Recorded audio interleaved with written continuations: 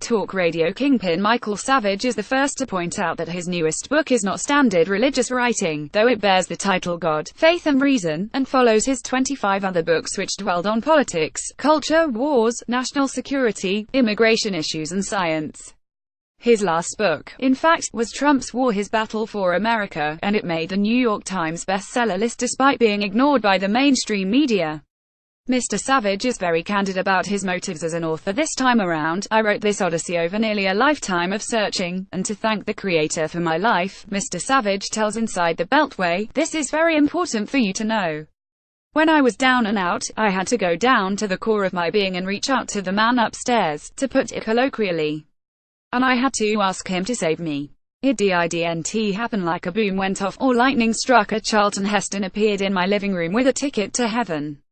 I had to keep asking for it. And it took me 20 years to climb out of that hole. See, God helps those who help themselves. He doesn't give you anything. By reaching out to God, maybe you can help yourselves," the author writes. The book, published Tuesday, is an engaging, detailed and spirited work, both conversational and soul-searching, restless and reassuring all at once. Mr. Savage shares an old prayer which has helped him. He recalls childhood moments, dinner with an atheist, and rues the lesser role of faith in America. He also asks the big persistent questions about belief, reason and humanity. "I never saw God, nor do I pretend to have any special insights. What you will see in this book are snapshots of God, not a complete film. This book is presented in an omnibus style and does not have to be read in precise, sequential order. What you will see is one man's glimpses of God, pictures along the road of life," Mr. Savage says. "I do not represent myself as a theologian or a guru. There are no cheap thrills here for the spiritually bankrupt masses. It is my scrapbook of the highest power through dreams, memories, and stories, much like the ancient texts." The book is from Center Street, a conservative imprint of Hachette Books based in Nashville. Find the book here. Positive Numbers PERCOLATEI's good news about the Trump administration reaching Americans, despite the media's efforts to keep positive outcomes off public radar. Maybe. A new Rasmussen Reports survey finds that President Trump's favorability has reached 46% among likely U.S. voters, just as his ambitious 12-day Asian tour ends. Mr. Trump returns to the nation's capital late Tuesday night. The stock market continues to soar to its highest levels to date. The unemployment rate for November is at its lowest level in 17 years, and consumers are ready to spend just in time for the holidays. The overall Rasmussen Reports Economic Index held steady at 128.9 for November.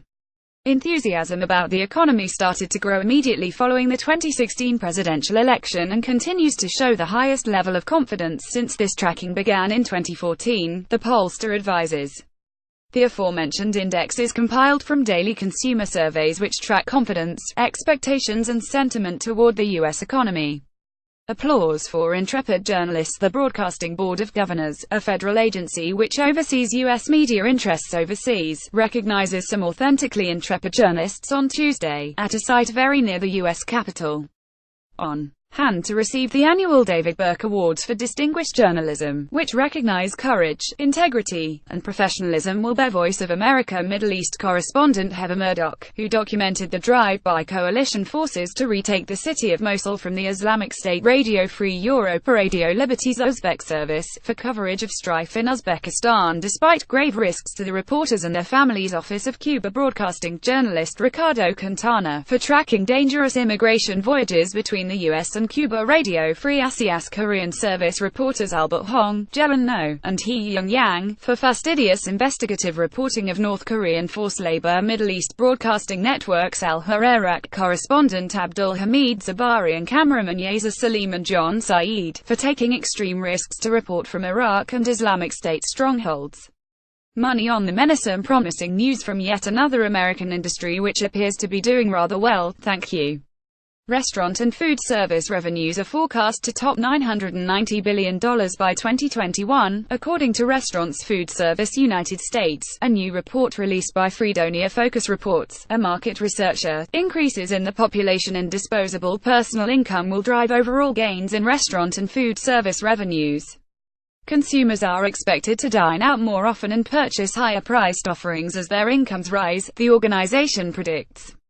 Revenues from fast casual restaurants, the fastest-growing service segment, will see gains as millennials obtain higher incomes, supporting sales of higher-priced menu options.